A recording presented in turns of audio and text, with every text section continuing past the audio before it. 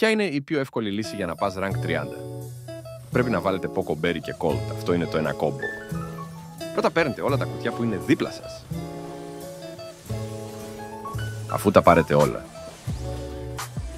Και μετά πάτε στον κύκλο για να κάνετε το trick.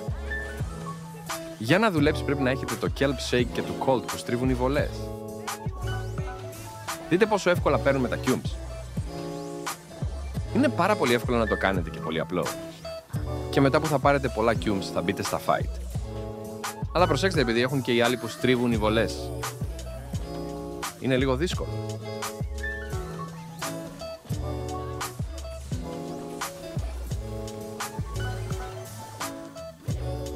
Κοιτάξτε, πρέπει να είστε λίγο προσεκτικοί. Επειδή είναι όλοι δίπλα-δίπλα. Αλλά έχουμε πολλά cubes.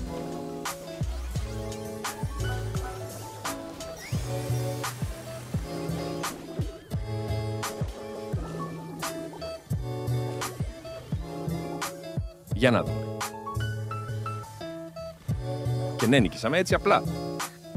Δείτε κάποια αποσπάσματα.